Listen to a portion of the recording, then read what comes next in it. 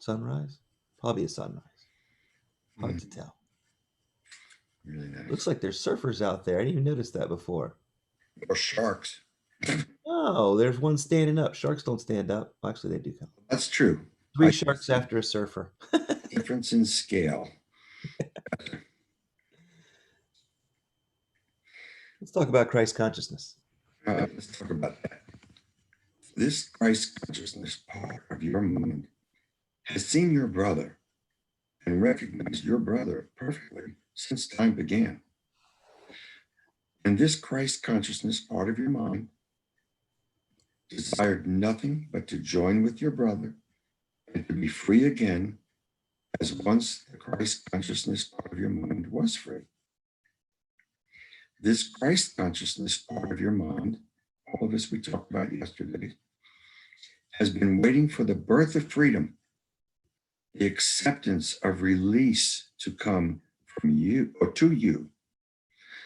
And now you recognize that it was not the ego that joined the Holy Spirit's purpose.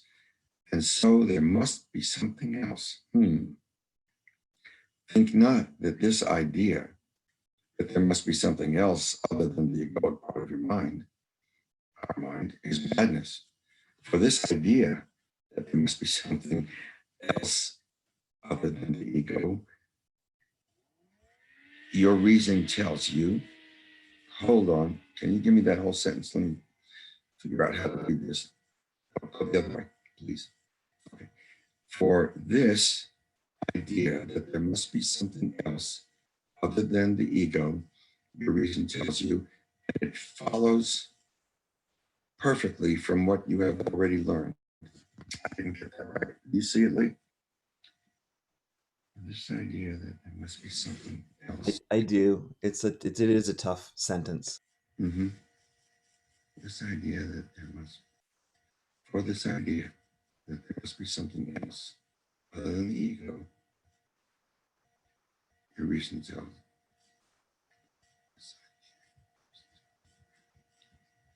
from what you have already learned. Well, I don't know what this is. Let's see if the note helps. I may want to come back to this after you read the note below. Well, maybe that's a good idea too. Think about this. And now you recognize that it was not the ego that joined the Holy Spirit's purpose, and so there must be something else. Think not that this idea that there must be something else other than the egoic part of our mind is madness. It's not madness. There is something other part of our mind other than the ego. For this idea that there must be something else other than your ego, your reason tells you, and it follows perfectly from what you've already learned, that the Holy Spirit's inside of you. Okay. I don't know if I did a great job with explaining it or not, but Let's go to the note and see if that helps. we've begun to move out of victim consciousness and rediscover the decision maker within. Prior to the miracle that transforms the special relationship into a holy one, we do not realize that there could be another way. We believe there's no choice but the thought system of the ego. We were unconsciously incompetent.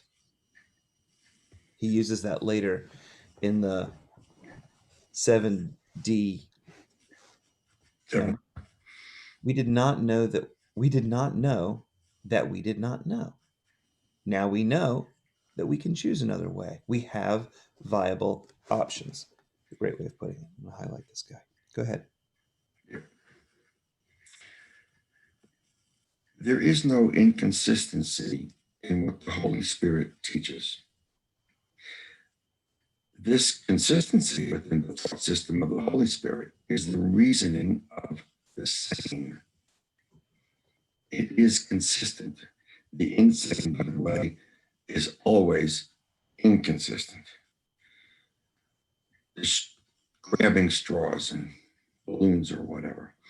You have perceived the ego's madness and not been made afraid. That's key, because you did not choose to share in the ego's madness. If we separate from that ego's madness we can begin to feel some comfort. If we share in that ego's madness, it's a real mess. I, I think I'm probably saying too much extra. It's hard to read along, so I'm going to try and stick to the text, find a better way to put some context if I have to. At times, the ego's thought system still deceives you. Yet, in your saner moments, the ego's ranting strikes no terror in your heart. For you have realized that all the gifts the ego would withdraw from you in rage at your presumptuous wish to look within you, you do not want. A few remaining trinkets still seem to shine and catch your eye, yet you would not sell heaven to have a few egoic trinkets that you don't really want. Hmm. Because the thought system of the Holy Spirit is based on truth, it is stable and unchangeable. We are starting to realize that the instability of the egoic thought system is madness and results only in pain. Within the holy relationship offered by the Holy Spirit, we found peace within. This internal peace is an internal this inner peace is an internal gauge for determining where our mind is. If we're not at peace, it's a warning that we need to choose again. If we are not at peace, it's a warning that we need to choose again. When we are not at peace, we have slipped back into egoic, fear based thinking. Every time I'm not at peace, I can blame my ego. Which is an egoic thing to do, find someone else to blame. We just simply need to choose again. Yeah. And that is a good thing. And now, the ego is afraid. Yet, what the ego hears in terror, the other part, the Christ consciousness, hears as the sweetest music, the song the Christ consciousness longed to hear since first the ego came into your mind. The ego's weakness is the strength of the Christ consciousness. The song of freedom, which sings the praises of another world, brings to the Christ consciousness hope of peace.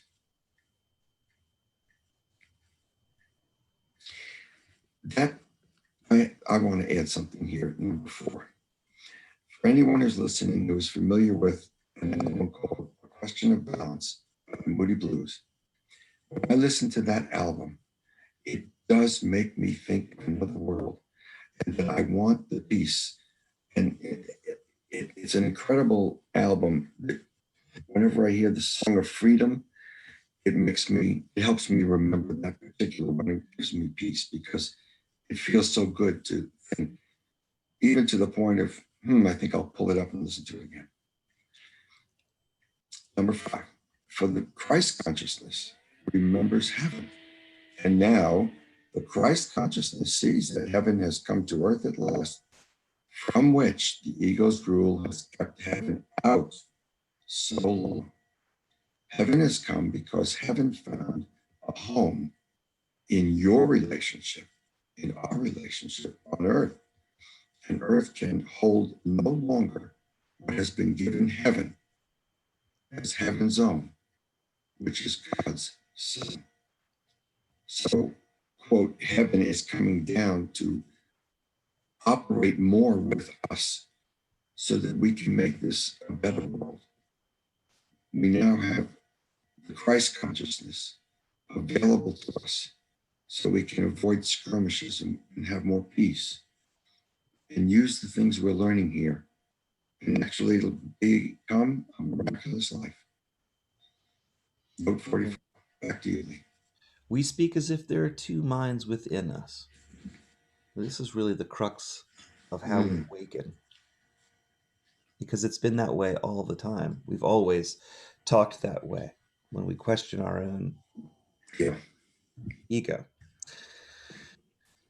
The ego is one thought that wanted to experience the possibility that the mind could not know what it was.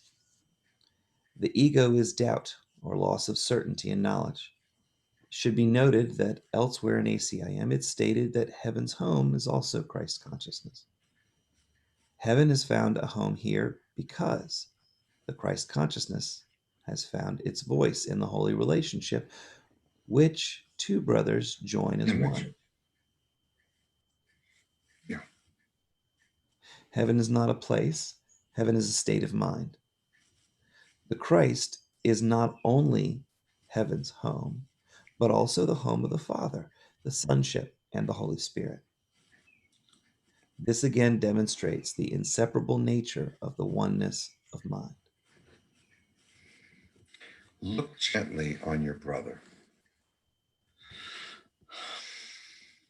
Sometimes that's hard to do. And remember, the ego's weakness is revealed in both you and your brother's sight. What the ego would keep apart has met and joined and looks upon the ego unafraid.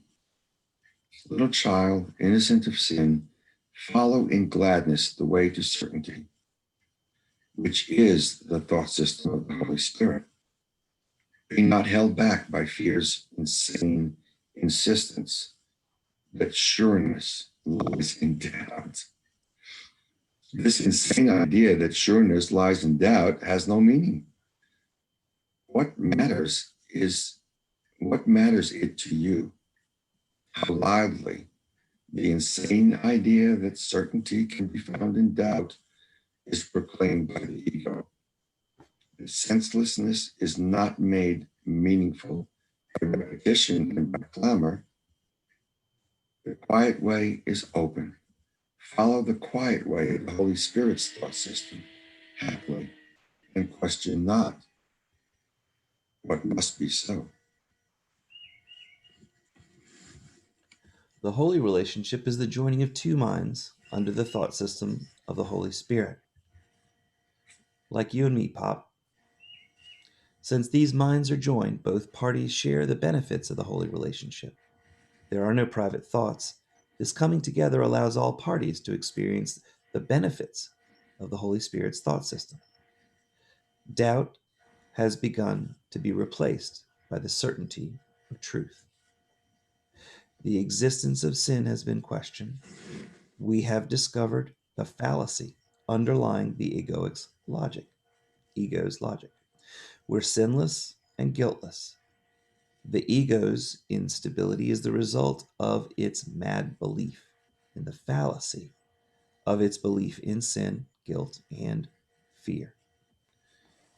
And tomorrow we'll pick it up with a function of reason. Cool. Cool.